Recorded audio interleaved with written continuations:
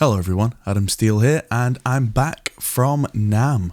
My voice is still a little bit I just got over the jet lag, and it was an incredible journey. And so now I'm going to tell you all about it, show you some clips from some of the more interesting things that I saw.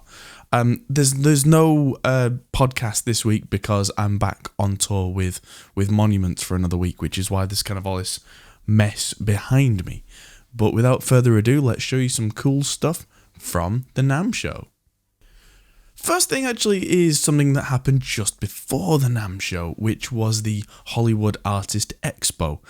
We rolled off the plane, being several hours late, straight into the Hollywood Expo and ran into Glenn Fricker, and Warren Hewitt from Produce Like a Pro was there, Christian Kohler was there.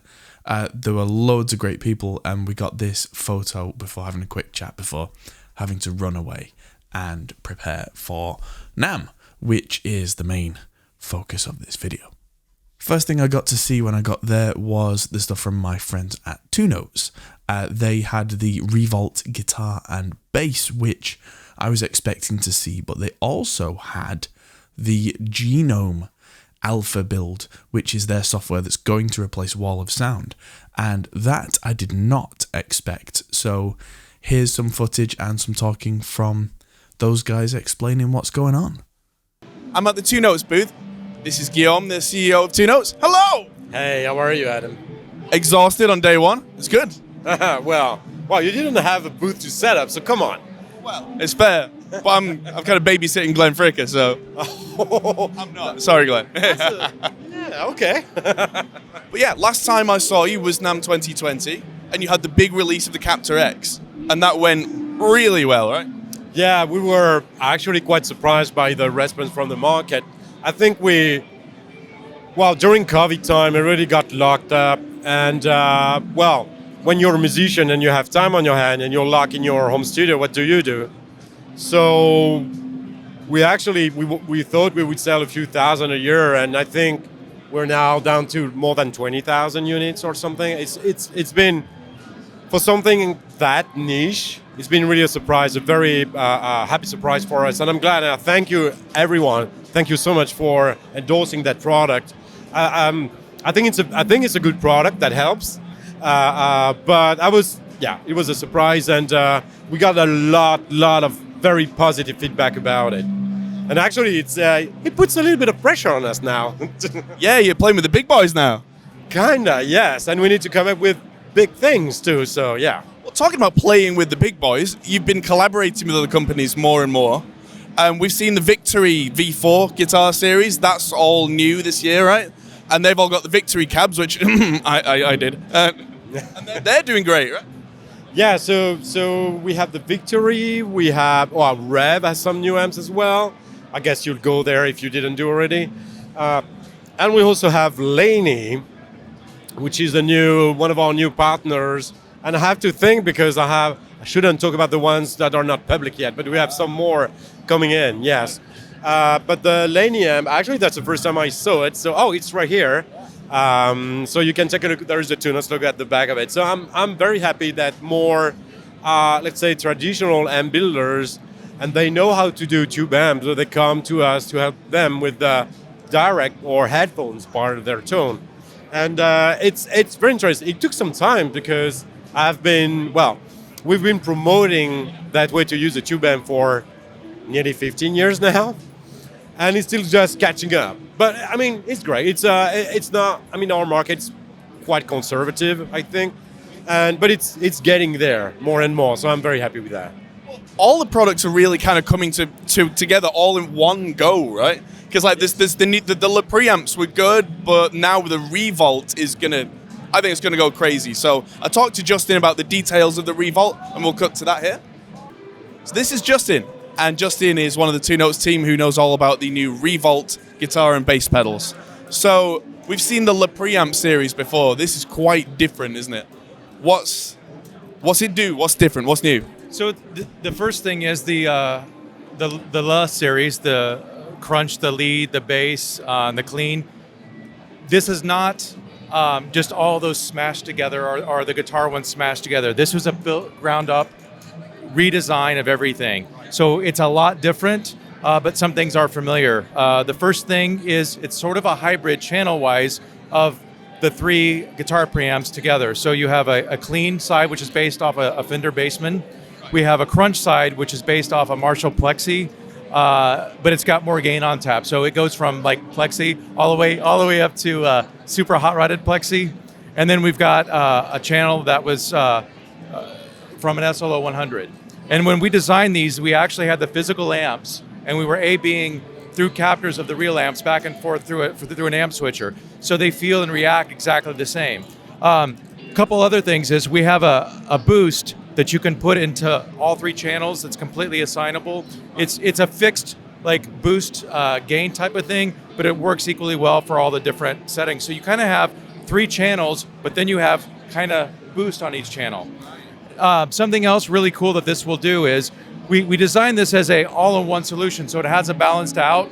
Right now we have it also going into a cab-in, so it's kind of an all-in-one desktop solution, but it actually has a 4-cable method switch on the front, so you could use this with like a single channel amplifier with an effects loop, and now you've got 3 more channels. So any single channel amp with an effects loop, now you have 3 more channels, so you just turn it into a 4-channel amplifier.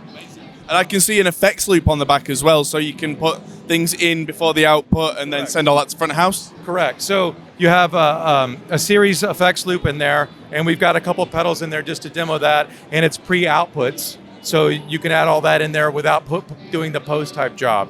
So the whole idea is to be this compact but very powerful, solution. And the other thing that we have to make sure is these actually truly do run at 200 volts. And it gives you the headroom to really make these work like an amplifier. So they respond and feel just like the real amps. And so there's this one, and the one that really excites me as a bass player is over here. Yes. This So what is the ultimate bass pedal, maybe. the La Bass series pedal was definitely the most successful of all the La pedals.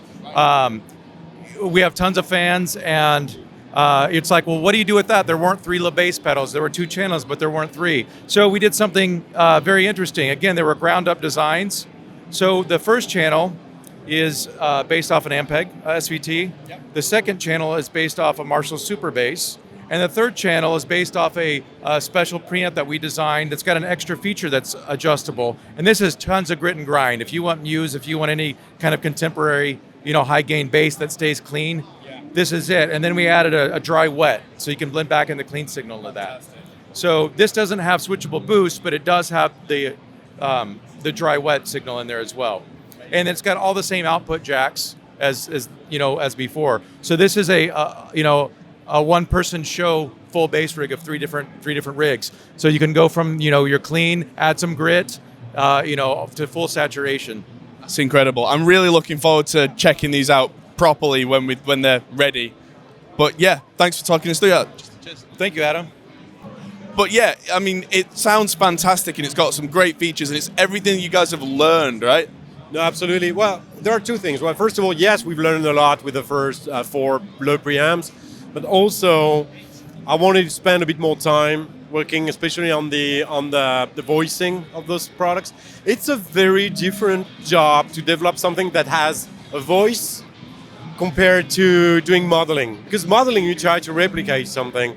So you just want to be close to the real deal. And that's easy, that's objective, right? You take a file, put your file, put them on top of each other, and if it matches, it matches. When you create a voice, because of course we took inspiration from very famous products, but I always want to add a little bit of a twist to it. I just don't want to make a copy. And this is actually way more complicated than the modeling part for some reason, at least for me.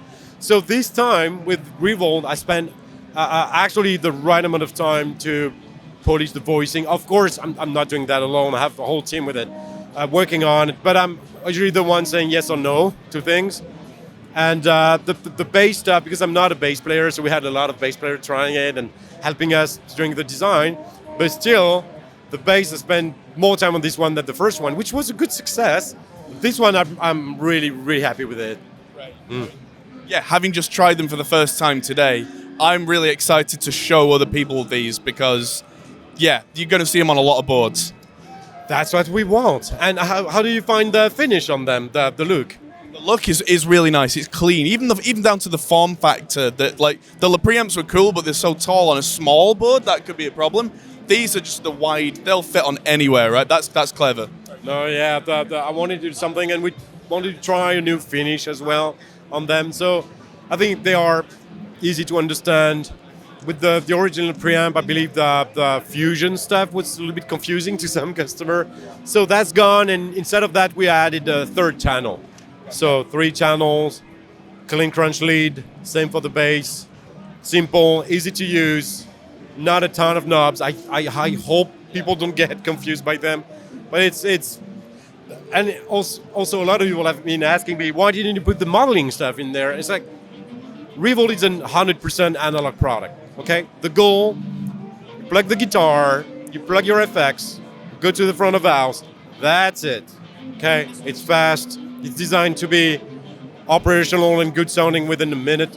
With the IR stuff, you may have to spend a little bit of more time with that.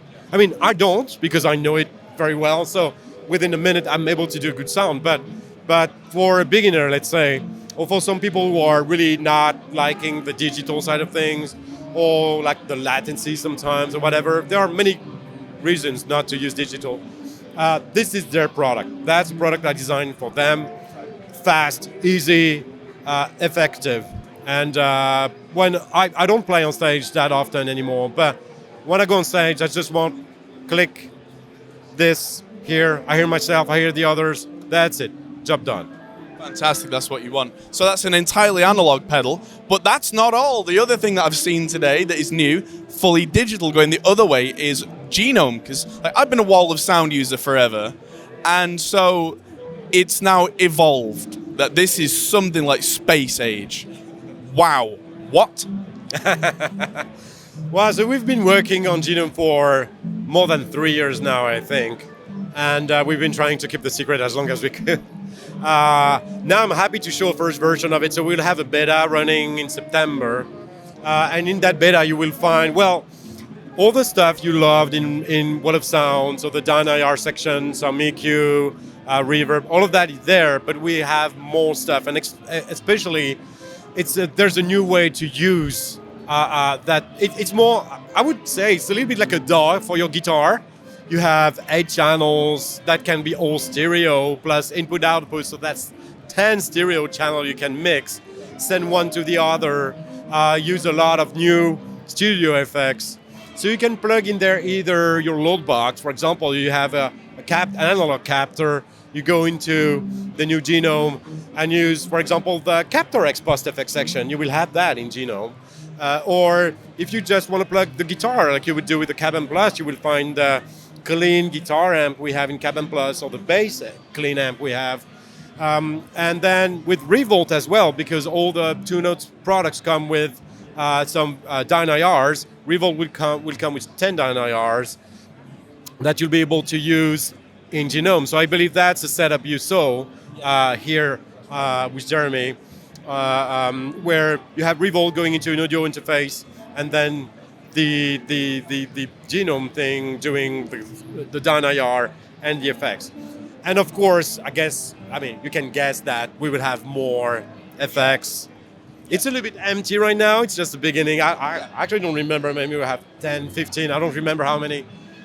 But it's growing. Yeah, it's a platform I can see that you can add whatever. And that's the other thing, is it's not just for using with a preamp. It has its own amp models inbuilt, which I'm guessing there's a lot of space to grow there. Who knows? Who knows? Maybe. I'm not allowed to talk about that. I'm sorry. All right, so this is Genome. This is going to replace Wall of Sound, and I only found out about this today. So this is brand new. It's not quite ready, right? But what it can do is incredible. So we've got the Revolt preamp plugged in. We don't have to use it. There are inbuilt amp sims in Genome, and then this is what Wall of Sound used to be, with much more. There's a mixer, there's choruses, delays, reverbs, amp sims even. You can do crazy multi-band stuff. So yeah, we're gonna get some B-roll shots to show you of that. But do you want to play something a little clean with the inbuilt amp? Oh, a little clean.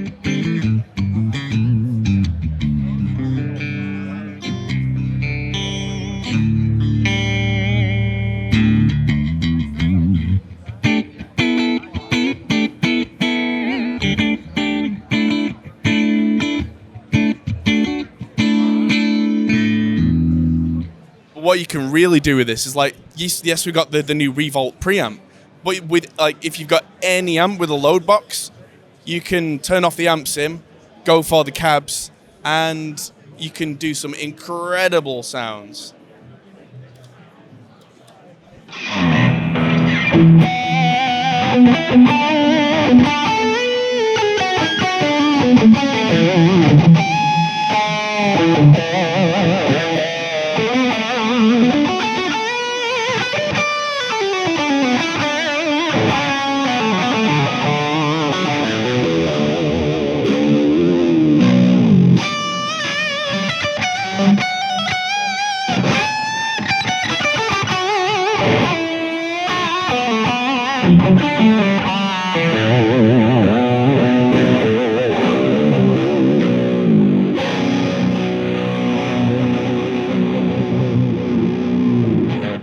Cool. And the thing that really impressed me about this, I mean, so far, that is kind of like wall of sound with a nice delay and with a nice reverb, right? But we can go crazy with there's the bass. I saw that they had a multi-band thing going on. Yeah. That is next level to me, because for me, bass first, of course. And so it was a different amp on the low end, a different amp on the mid-range, a different amp on the high end, all in Genome. We can do it with plug-in bass, but yeah, I mean, it's got a full mixer system in it with totally open-ended routing. So, like on this preset, we were doing input splits into 2 amps. So we have a bass and then a guitar. And so you can split the chains at any point. And then you could merge them back together or move the splits. And then it feeds out into 3 separate cabinets. Each cabinet would normally have 2 mic options. I just did 1, and then it has an EQ after it. So then you could filter each one of the cabinets differently so they all fit and everything. And they have crossover bands from that. And then at the end, you could do pretty much, any mod effects, or this is the hardware effects from the Captor X. So I mean, it's basically pretty much an almost completely open framework. So you could do almost anything. Yeah. Thanks, Jeremy. There's something you're not allowed to talk about. That means there's something. So we're excited to look forward to the next release, because there's so much here. This is going up and up and up. So yeah, congratulations, man. You've done great with this. So thanks everybody for watching from the NAMM coverage. We'll see you in the next video. Goodbye. And of course, there was that Laney amp with the 2 Notes software built in, which I provided all the 2 Notes cabs for. So, hey, shameless plug there. Then that sounds fantastic. Didn't get to spend much time with the guys at the Laney booth, hence the lack of footage there. But I did play a lot of this stuff and it sounded great. Over at the Austrian audio booth, those guys are going from strength to strength.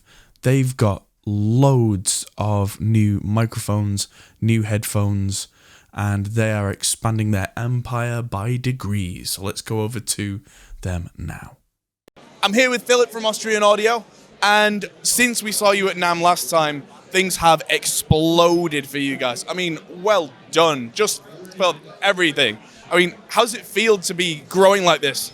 Oh, it feels great, and we have some great new products to present. Some have been released already a bit, but yeah, in the middle of the pandemic, so people haven't had their hands on them. So that's why I'm extremely happy to be here and show you some of our stuff. So a lot of the things that you brought out are very much kind of live sound focused, aren't they? Yeah, perfect timing, isn't it? But the world is opening up again. I'm starting to play shows too. It's like the demand now is coming back. So let's talk about what we have, because this is, for live sound, this is very much kind of the pinnacle, right? The OC707. Exactly. That's a true condenser handheld microphone.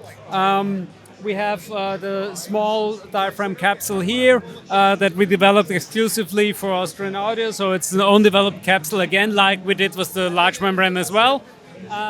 What you will notice is that we also have here this open acoustic feature, meaning that we have these holes here, which are handy for a reason, because it makes it more difficult for the unexperienced singer to cover the backside of the capsule, which usually alters your sound and ruins your cardioid pattern.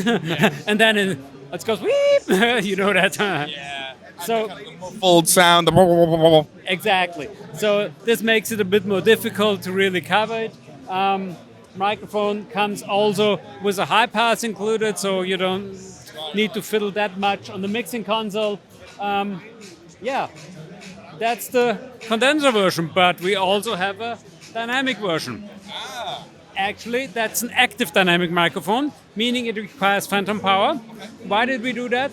Well, simply for a reason. The microphone also has a high-pass filter in here. Depending on the input impedance of your mixing console or preamp, this filter would sound different if it was passive. So we did it active. We also amplify the signal a bit so you don't run into any troubles with long cable lengths, for example. So yeah, that's That's bringing the level up as well. That might be really good as well for people like podcasters. Exactly. Yeah, that helps a lot. Still, it requires phantom power. If you don't want to use that, then you can turn to and this is new, that is releasing this at the show here, the OD303. That's the passive version that has no active electronic inside, but still the open acoustics feature. The same capsule as the active one, and it has, and I have to remove that for a second, it also has, both these microphones feature this nice little pop filter that we designed exclusively for our dynamic capsules. It really distributes the air if too much air comes to the capsule, so you get less pop sounds. Yeah. And these especially caught my eye because I saw the price point. Yeah. Very competitive. Exactly. So these retail for $119 US. The OD505 is $299, and the OC7 is roughly above $400. Right, so it does go up in terms of premium, but now you have something in that space, that price point, where you can sell thousands, right? We hope so. We hope so. Let's go around and look at the dynamics, because as well as the OC818 and the OC18 that we already know and love, there's a new kid on the block. We still have to talk about the OC16. Right. So, This is new. this is new here at the show, and the first time to be seen here. People really love the sound of our ceramic capsule. And it's in the OT818, in the OC18. But even the OC18, it has only one membrane because it's only cardioid. Still, it retails for like $800. We understand it's difficult for people, especially entry level, to afford that. So we say we want also good equipment for people who can't afford that. So what we did we stripped down the mechanics a bit and the electronics. We didn't compromise on the capsule. So in this microphone, you will find the Vienna-made ceramic capsule from the OC18, but in a simpler housing, a bit less controls. You only have the high pass here, no pad, because the capsule is not that sensitive to loud sound, so it's okay. Shouldn't get you any trouble. A little bit of simpler spider here, but this retails for $399. And that puts in a whole different price range, right? That's different price range, and. Yeah, people ask me, do you feel good about this? And I say, yes, I feel good about this, because my feeling is you need to give aspirational people good stuff. Yeah. If they buy a large diaphragm microphone that's cheap and not worthy, then they will say, yeah, this doesn't sound any different than my dynamic, and he will never buy an OC818. If we give him a good microphone, a good cardioid, microphone, large membrane at a decent price. If this guy at some point says, okay, I need all the other Cutaway patterns, he will come back to us. Makes sense, because I'm the kind of guy where, I mean, the 818 has some incredible functionality. Most of the time, I just want a cardioid, and I just put it up. There you go. So I'm kind of, as much as I'm a gear nerd, sometimes I'm kind of simple like that. Especially when you're rushing and, you have to mic up a band now. What do I want? Cardioid. There you go. And if it sounds that good, hey. Yeah, or for example, if you want to take 2 of those and put them over the drums, it makes it really different if you have an affordable microphone, but with the same sound signature. Absolutely. And as well as this, but wait, there's more. There really is. I mean, this design is crazy. What is this? Well, that's our approach, resolving problems that sound engineers have. What's the usual thing? To set up all the kit, and then suddenly you feel, I have to move it a bit more to the middle of the drum. With the swivel joint, it's very easy to turn it. You don't have to fiddle around with the stand, move all the kit around. Makes it really easy to do those small adjustments that are so handy.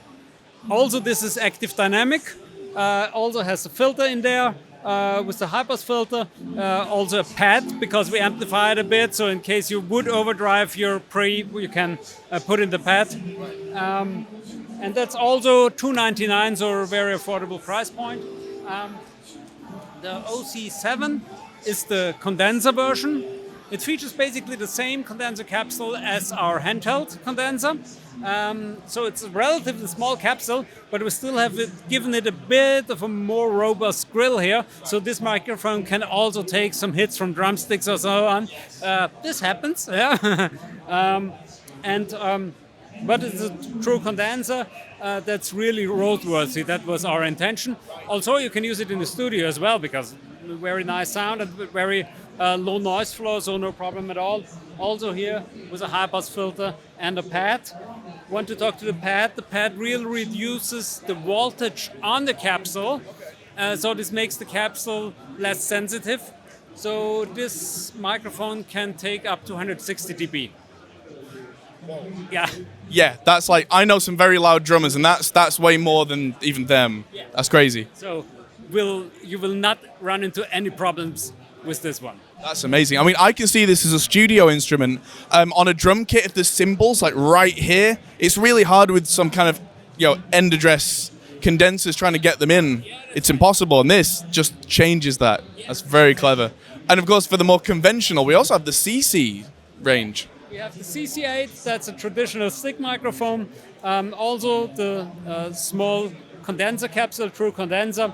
It also comes here with the high pass filter and 2 pad options here. Very low noise floor, very nice also for overhead recordings or cymbals. But yeah, in any situation where we need a stick microphone. So yeah. Yeah, these are the Right, and then even on the headphones, last time I saw you, there was the 55s, and there was the 50s. Yeah. And now there is this. Yeah, and we have extended the line a bit from, I would say, from bottom up. So we have an entry-level model now, that's the HX15, simple over-ear headphone, but very nicely built. This is all metal, so you don't run into any problems in cases of durability.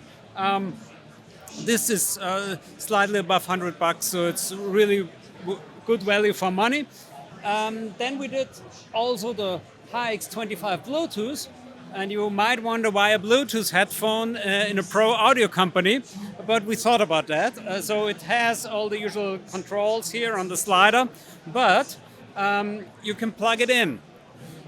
So you can plug it in here, and it comes with 2 cables. You can either use digital audio or analog audio or Bluetooth. So basically this headphone has 3 input options, and that makes it very handy because if you're working on your laptop or you're listening on an analog device or you're listening on your mobile on the go, so this really covers it all. Yeah.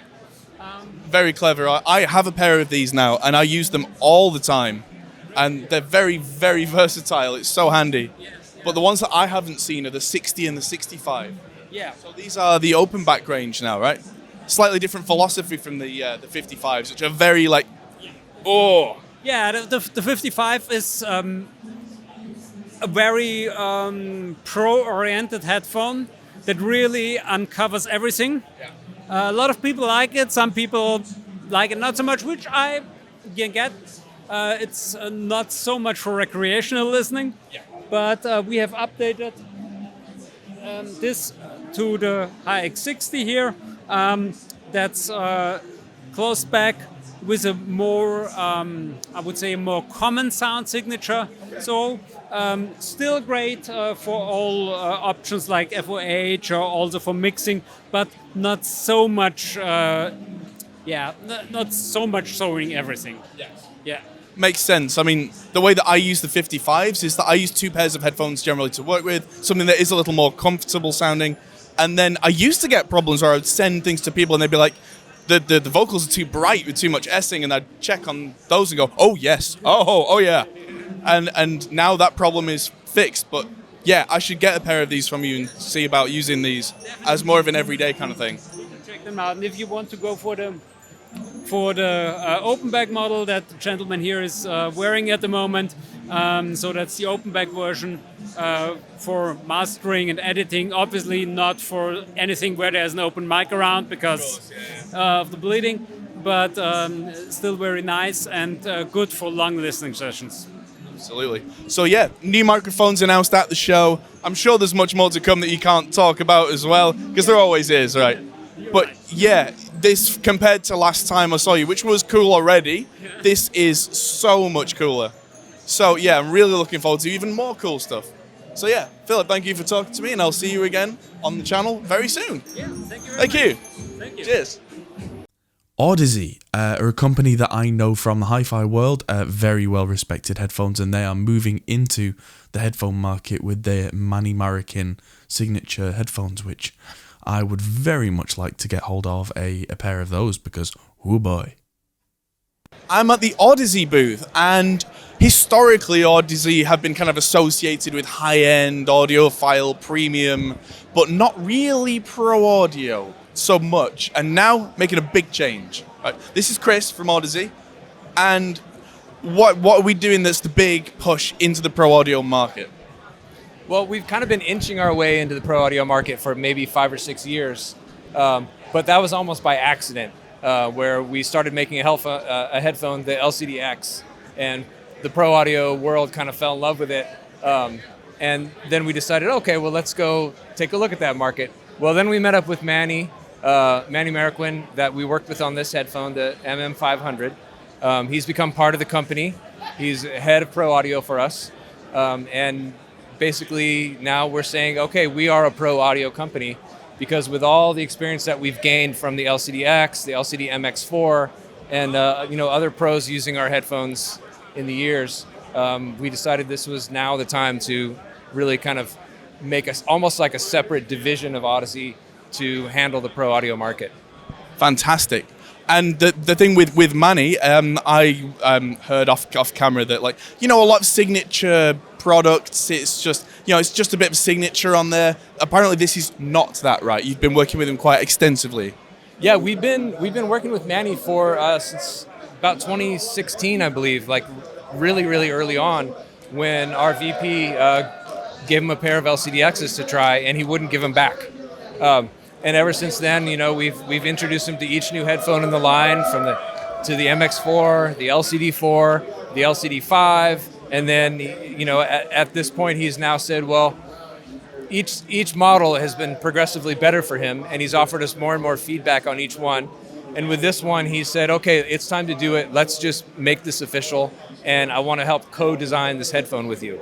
So we kind of took what we learned with the LCD5 and used the same housing and kind of updated it, made it more robust with aluminum, and kind of tailored things to Manny's taste, both visually and as far as how they sound. Ear pads, everything. He's had a say in every little element. And as he says, it's kind of a game of inches, where like an inch makes a difference whether you're going to make this shot or not. And we got it there with him. Fantastic. Let's talk nerd for a second. If we're talking about what's been changed, what's been tweaked, let's go a little deep dive on kind of what the kind of specifics are. Are we talking materials or sizes? Are we talking tuning things? Yeah, materials, definitely. I mean, he definitely wanted a spring steel headband. The LCD5 has the carbon fiber headband. He was very, very direct in saying spring steel was for him. Obviously, his logo is on there and on the inside as well. His name's on the side. This is something that he really wanted to put his heart and soul into. So everything from the color scheme to fine-tuning the way it sounded to the way the ear pads feel and fit and the sound of the ear pads themselves. He's had feedback on those, and he's been using various versions of this headphone for work for, I think, close to a year now. So are these now in production, or are these coming up for production very soon? Their very first ones are kind of coming slowly through the line. The line is kind of learning to put them together and do their thing with them. So far, it's been engineering building everything for these. But, basically mass shipping we're hoping to start late July, early August. That's our goal. Makes sense. And what kind of price point are we looking at for the Mani series? $16.99 US. So, yeah, if you are serious on your monitoring, and you should be, then definitely worth considering these new headphones from Audeze. I mix and master on headphones a lot. And, yeah, the quality is important. Because if you can't hear it, you can't work, right? Right, yeah. You don't know you have a problem if you can't hear the problem. So looking forward to that coming out very soon. Thank you very much. The AEA Ribbon guys had a very interesting new preamp, which was super clean, and it was really cool to talk to those guys and find out that a lot of the guys who make ribbon mics, they all seem to know each other, and it's very cool that they have this little community going on. I'm here with Joey from AEA Microphones, and they're usually known for their classic ribbons. And the latest product is not that. It is not that, but it is made to complement that. If you like your microphones, which if you own an AEA, you do. You probably want a couple. I know how it is. You want to have something that complements that, right? Because you got, something that captures the sound of the room, and then you're going to put it through some transformers or some vacuum tubes or something. If that's your thing, that's your coloration thing. That's your thing. But if it's not, if you're just recording some beautiful bluegrass and beautiful piano, you don't want to add any of that coloration, this is the preamp for you. So this is our newest 500 series, updated circuit design, the most musical we've done thus far. So we got new JFETs and op amps that we're trying out, and it's just the cleanest, lowest noise, super high gain, beautiful preamp you get. So this is our, so it's in a 500 series right now, and all you have is a 65 dB of gain, plus an extra 20 dB of output, so that's 85 total. Pretty high, yeah. Just phantom polarity, and a simple 6 dB per octave high-pass filter with negative 3 dB points at 115 and 230. So very subtle. And I chose those frequencies. Me and my team, we all chose those frequencies after a lot of deliberation. It's just like for our far-field mics, I found that like if you're getting a little bit of proximity, 115 is really good. If you're using one of our near-field mics a little closer, or a far-field mic even, like in more of a mid-field or close field, and you're getting a lot of build-up in there from the proximity effect that is inherent in ribbon microphones, then you're going to go to 230, and it's a perfect, subtle, beautiful roll-off. So that's it. It's just really simple, really beautiful, and $599. Which, yeah, that's entirely reasonable for something that can do 80 plus dB of gain. Yeah. And when you're pairing it with like a $2,000 mic, I mean, hey, you don't want to use a $100 preamp, right? Yeah, not at all. I mean, they especially shine with the passive mics, but all around, I mean, it's you're gonna like it. Awesome. Looking forward to checking that out. Nice, guys. Yeah, and it launches today. Get yours now. The next ones up were microphoneparts.com and Roswell Audio, same kind of umbrella company. Those guys were awesome, and I'm really looking forward to talking to them more in the future about their mics, and hopefully even getting their guy on their podcast, because he was absolutely fantastic. He was intense, interesting, and just knew his stuff in the best possible way. I'm here with Matt from Roswell and microphoneparts.com. Hello. Hello, nice to meet you. Yes, for a second time. The mics from Roswell are fantastic. My buddy Glenn keeps going on about them, and they're not generic or bland in any way, right? That is certainly my intention, yeah. Yeah. Because, well, having done, I got a little bit of the backstory on the history of you doing microphone parts first, right? Yeah, so for those who don't know, there are two companies here. One is Mic Parts or microphoneparts.com, and one is Roswell Pro Audio. So I started with the DIY thing. Company's called Mic Parts, and the idea is that you build the microphone from a kit. So you buy a circuit board and a bag of parts. But the unique thing about that is that the customer has the parts in his or her hand. So you can't get away with the parts that you typically find in a $500 microphone, most of which honestly come from China, which in itself is not necessarily a bad thing. But a lot of those inexpensive microphones are built with whatever parts are available. And a lot of them are just kind of not so great. But for the DIY thing, people literally are installing them. And so they needed to be good parts, which, was not a bad thing for me. I want the best parts anyway, because honestly, a great capacitor might cost, 75 cents and a cheap one costs 12 cents. But I mean, why am I going to not spend $3 on the microphone? The extra $3 really buys you, an upgrade, a sonic upgrade. So we took that same idea that we were doing for Mic Parts, which was to use really great parts, into the Roswell line. And so another thing that's unique about this product line is, it's like six different mics, but basically 5 mics unless you play drums. The 6th is a kick drum mic. So 5 different mics with all different capsules. And in a condenser mic, the capsule determines the voice or the frequency response of the microphone. So different voicings or sonic colors, different circuit designs that do different things. Because microphones are like paintbrushes, right? So depending on what the singer sounds like and what you like to hear, you might want, that 4.5 kilohertz presence bump. That's the K47 sound. Whereas someone who's, more sibilant or, other genres of music like pop music, Latin music, you want a flat response mic. Because in pop music, as an example, you're going to be doing a ton of EQ, tuning, limiting, compression, a mountain of plugins or effects. And if you put a really hyped mic into that signal chain, it's going to come apart. There'll be nothing left. So you want to start with a really solid, organic signal, which is our Mini K87 or Delphos, for example. So, different kind of paint brushes for different applications. That's the idea. Absolutely. Fantastic. So, new for NAMM, you were saying was the K67X. What's the big character with that one? Yeah, so sub 30-second overview is that we started with the Mini K47 and then the Mini K87. So those are both transformerless. Small mics, we think of them as what we call point and shoot simple. No switches, no weirdness, no learning curve. You set it up, guitar, drum overheads, vocals, strings, whatever it is, it just sounds great. They sound different. They sound great in different ways, like, what color do you want? And then later we came out with the Colaris, which is this giant mic here. So, and I'll talk about this because it leads into the new one. So this is like a solid state version of the Elam 251. So that is a historic mic from Europe in the 50s or 60s, and that's a tube mic. This is not a tube mic, so it's not a clone or anything like that, but it captures that Elam 251 voicing in a solid state circuit. So it gives you that harmonic saturation, and so we took that same idea and put it into this new mic, which is part of the Mini K series.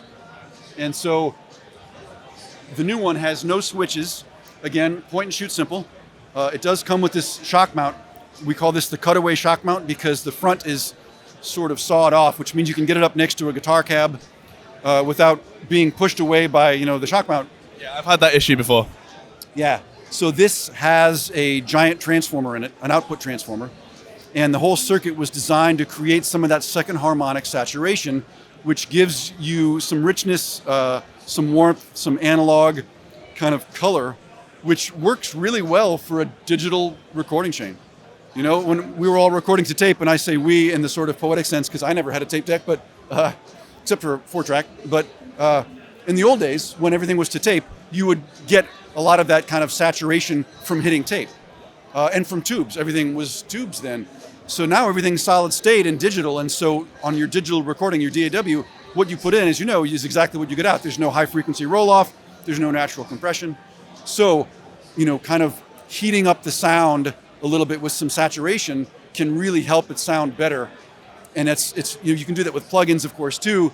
But great engineers tend not to rely on like a generic mic and then I'll just put a bunch of plug-in effects on it. No, they try to get it right at the mic, at the source. So Get it right at the source is something we hear over and over and over again. I mean, talking about the Colaris, my favorite vocal microphone that I've ever used was a 251. And it wasn't because it was old and expensive and valve, it just sounded right. So if you can do that sound, I'm already sold before I hear it. Right on, yeah. Well, we've had really good success with it. So this new mic, the Mini K67X, like I said, it has a very similar circuit to the big Colaris. It's got a brand new capsule design, proprietary tuning, and it sells for $479, which is, and it's all like hand assembled in California. So it's hopefully from early reviews, it's going to be kind of a milestone mic for us. So amazing. Really looking forward to hearing it. So thank you, and I hope we'll see you again on the channel. Adam, thank you so much. Did a quick little interview with Guillaume from Blue Cat Audio as well, who's a good friend of mine now. I've done a video for him, which is coming out very soon if it hasn't come out already. Their late replies, as well as some of their new really funky stuff. It's all sounding really good as far as software goes. They're very much on the cutting edge. I'm at the Blue Cat Audio booth. This is my friend Guillaume, software developer. Hello! Hello. And last time we saw you was at Gear Street, of all places. I think it was Gear Street 2 that I saw you last. And we've done a lot since then, and so have you. By the time you see this, there should be a video on our channel on the late replies delay. And so since then, what's new? So there's a new plugin for guitar players and also other people, which is called Polyvibe. It's based on the Univibe emulations, but it does a lot more. It can do also white tones and choruses, sounds, phaser tones, but it's all with the original smoothness of the Univibe. So that's the one you can see here. Nice. And there are a couple of new features coming in all the plugins, including Axiom and Patchwork, all these. Let's Reprise too, to sync up MIDI controllers.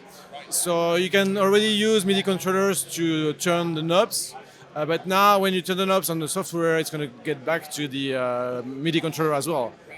Now, one fine morning at NAMM, I saw Jordan Rudess at the press booth, which is also where we did the podcast from. And he's the keyboard player from Dream Theater and also an app developer in his own right. And Liam said, hey, we should interview him. I'm like, yeah, he's probably busy.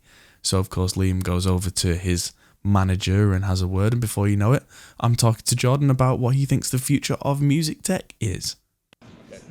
I'm here with Jordan Rudess. Most of you will know as the keyboard player from Dream Theater. Hi. Hey, what's up? And many will know, but not all, that also you've been kind of at the forefront of programming sounds for a very long time. And now with Wisdom and GeoShred and all that kind of stuff, you're really kind of pushing the boundaries. Yeah. So, I started out as a classical pianist, and when I discovered the Moog synthesizer, I was like, oh my God, there's a lot more to this than just playing the piano. And I became interested in that whole side of it. And really my whole focus in the tech part of it is in kind of harnessing technology and working with people to take the tech and make electronic instruments more sensitive and more expressive. And that said, it's kind of a wide area, and there's all kinds of cool that can happen with technology. That's the reason I'm at this booth, because we're showing things like the pocket piano, which is this amazing kind of like modular piano that can piece together, and we're working on the touch of that and the sounds, and things like the Moises app, which we're showing. It's an amazing app that does track separation, so you can load in any audio file and end up with like individual tracks of vocals and drums and bass, etc. And and my kind of push with Wisdom music, things like GeoShred, which is my app, which is this wonderfully expressive kind of application where you can take your finger on the glass surface of an iPad and really get all the organic nature out of acoustic instruments and beyond. So having started with electronic music when people were saying, oh, that's not expressive, it's just like all on one level, and there's this whole push against it kind of, we've come to a point now with computers and technology where the instruments are in many ways more sensitive. You could think about it, wearing a brain scanning thing and make sound. let alone approach something in the way you touch it or the way you move on it can change the way you create the music. Fantastic. That touches on the exact question which I wanted to ask you, which is kind of the future of music tech. And where, because you've been on the cutting edge of this for a while, right? Where do you see us going in the next 5, 10, 15 years with stuff that's kind of ready, not quite ready? What excites you about what's coming up? Yeah. Well, what excites me about technology and music is, number one, the control factor.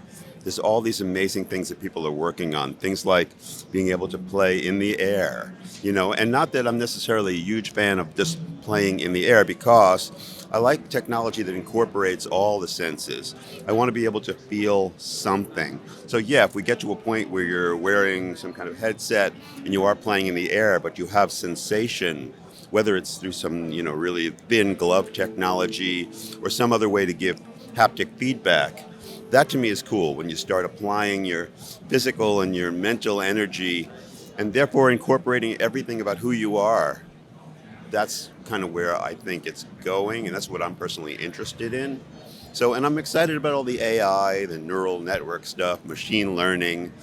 That just, fascinates me. I'm not scared by it. I think it's awesome stuff. And every day I wake up and go, okay, well, what's going to happen today? What kind of update? What kind of cool thing is somebody going to figure out? What can I contribute to the cause? It's awesome. That's great. And just to finish, let me tell you just a little short story about GeoShred. My daughter is 3 years old, right? So she's just starting to learn about how to do things. And I tried her with her piano and she didn't quite get it, maybe a little too young. I showed her GeoShred and she kind of got it, and it was kind of intuitive because, kids with the iPad factor these days, everything, they understand it. So there's really got to be something in there with intuitiveness. So, well, I will say that, one of my main goals in creating applications is to allow people to come into the music space that wouldn't ordinarily be music makers. And that might be because they're very young, or it might be because they're just more listeners than they are music makers. So if I can accomplish the goal of creating something that, like, when somebody touches it for the first time, that they say, oh my God, I'm making music, this is awesome. And that can be done in a lot of ways. One of the ways is to provide like a backing track and only having the right notes in the scale that go along with the chords. It's simple, but that's a way to do it. But then to also have the same tool like GeoShred be something that a professional goes, oh my God, that's amazing. Like, how are you getting that expression out of it? How are you doing that incredible pitch bending? Like, what's going on? If I can check those two things off the list, I got it. And that's very often the two most important things in my creations. Fantastic, and it's really working. So Jordan, thank you very much. It's been a pleasure to talk to you. Cheers. Talked to Marty at Engel, a friend of mine from 42 Gear Street as well as NAMM, and they've got their new custom shop versions of their amps, which are very, very pretty indeed, and I'm hoping to acquire one of those for myself very soon. I'm here at the ESP and Engel booth with Marty from Engel, and this Powerball is red. Hang on, they're not red. Wait. Custom shop. Yes, of course. So that's one of our custom shop models. You can choose, in principle, you can choose some colors, different colors, and the tube elimination or the power switch so that they fit together. Or you can choose different knobs, but yeah, that's it. And the corners. Sorry, I forgot about the corners. It all makes a big difference because personalization is such a big thing now. If you can get this amp, that amp, this amp, I mean, I think this is a great idea because you've got that personal touch. And just, yeah, so like the red touch with the red LEDs and the red knobs, fully, if that's your thing, like my thing is the wine colored, the crocodile over there. So that's we'll cut to that shot. And that's the kind of thing that does it for me. If that's had blue LEDs, oh, that would be so good. So yeah, the custom shop is absolutely gorgeous. And that's for all of the amps, right? Yeah, so except for the iron ball. So of course, because the iron ball doesn't have wood, it's metal. Yeah, that makes sense. But still, yeah, if you guys want to contact Engel and get something in a color that you like, go get it right now. Of course, there's the stuff from Audient. The entire Saturday at NAMM, I spent working on the Audient booth, helping those guys out, demonstrating the products, and they also won the Tech Award for the microphone preamp for the ID4 Mark II and just generally the ID series, which was massive. So yeah, well done to those guys. I'm at the Audient booth, and some of you may have seen my Audient ID44 Mark II video and Evo 16 video, but what you won't have seen is this. Harry, how does it feel to have won a Tech Award? It feels really good, especially to be in the microphone preamplifier category. Obviously, we pride ourselves on our console mic pre's being, across the whole ID range, and to have that recognized just feels great for all of us. So yeah. Fantastic! Congratulations. I mean, the new units are getting so much buzz, right? I've seen, the Pro Audio press have been here, but also like yesterday I saw the Premier Guitar guys here. I think that's really telling that guys who are not just the audio nerds like me are sniffing around and really interested. I mean, that's got to say something, right? Yeah, definitely. I mean, there's been so much interest, especially for Evo 16 with just it's a bit of a game changer and quite a new thing. Obviously, people are really excited to see that ID44's had a bit of a facelift, a bit of improvement in quality, and just a unification of the line of ID series. So yeah. And the new thing that I didn't know about until I got here is the secret hidden weapon that we're going to go to now, the new desk. Yes, exciting stuff. So the desk. The Heritage Edition 4816, serial number 1. Yes, yeah. So this is the new desk. It's been thrown together for a preview at the show, and we're super excited to get these fully into production and out to people's studios. It's the Heritage Edition of the 4816, which we re-released our large format modular console, the 8024, a few years ago now with the Heritage Edition, and we felt it was time to bring this one up into the modern day, as it were. This is actually going to be 2 separate consoles, though. So there's going to be the updated ASP 4816, which will look like this, but with a few with the same features that currently exist on the model. And the Heritage Edition has a few extra tasty flavors on it, which we can go through if you like. Yeah. Before we do, let's just talk briefly about, a lot of people don't know now, I think, that Audient come from the console world to the interface world, and so this is just returning to what you've always done, right?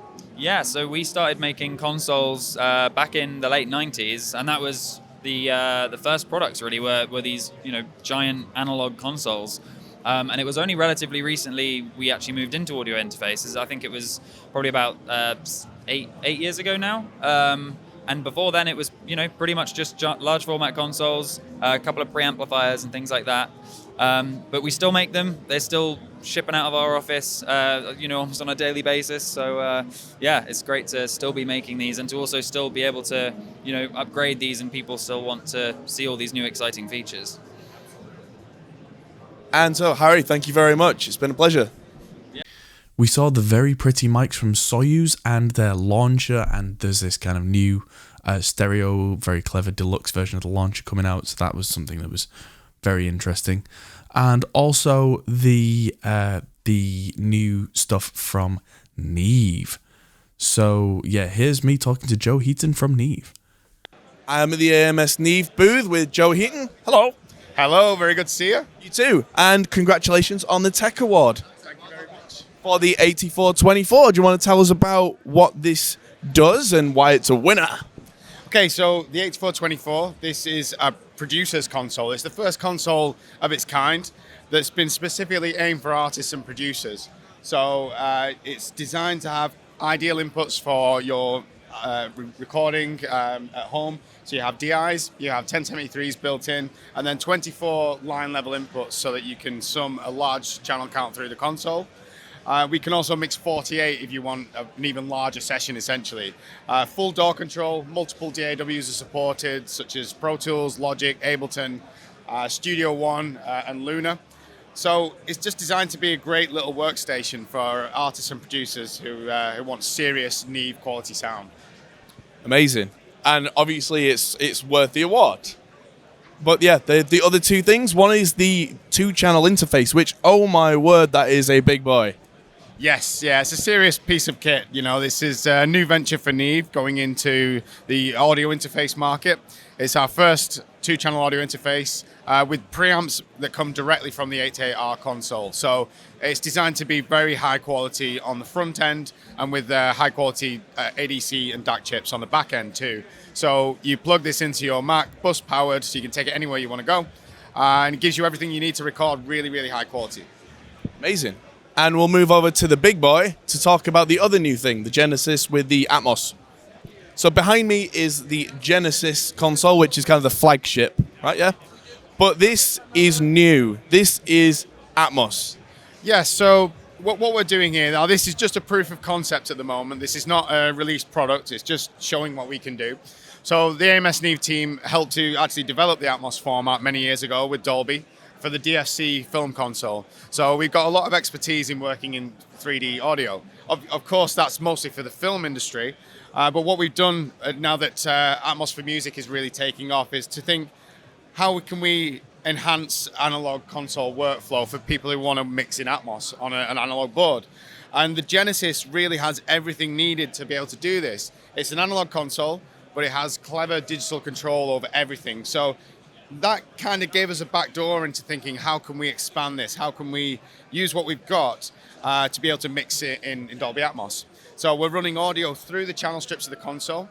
Yes, exactly. So we're basically building this as a software package into what we already have with the Genesis. Now, as this develops, as we get more and more feedback from the user base, we can consider exactly how we will do this in a hardware form as well. Perhaps we could have expanded panel controls on the console and things like this. But for the moment, this is just showing exactly what we can do. We can mix in analog through the console, you can track through the console, and then when you want to mix in Atmos, you'd never have to leave the board. You don't have to switch it off and just go to control surface or mouse and keyboard. You can still keep your console workflow in Atmos, essentially. That's amazing. Joe, thanks so much. Looking forward to seeing this all when we get back home. Cheers. All in all, it was well worth going. I'm so glad I did. Thank you all for supporting me to go over there, because it was a long trip with a lot of delays both ways. And yeah, jet lag's a killer, like I said. But hopefully we'll be resuming normal service very soon. I am going to be on tour, but also editing a lot of videos on the road. So hopefully you'll see a lot more from me in the next coming weeks. I'll be back to live videos from here, doing mixed streams as well as the main studio. So thank you all, and I'll see you all in the next video. Goodbye.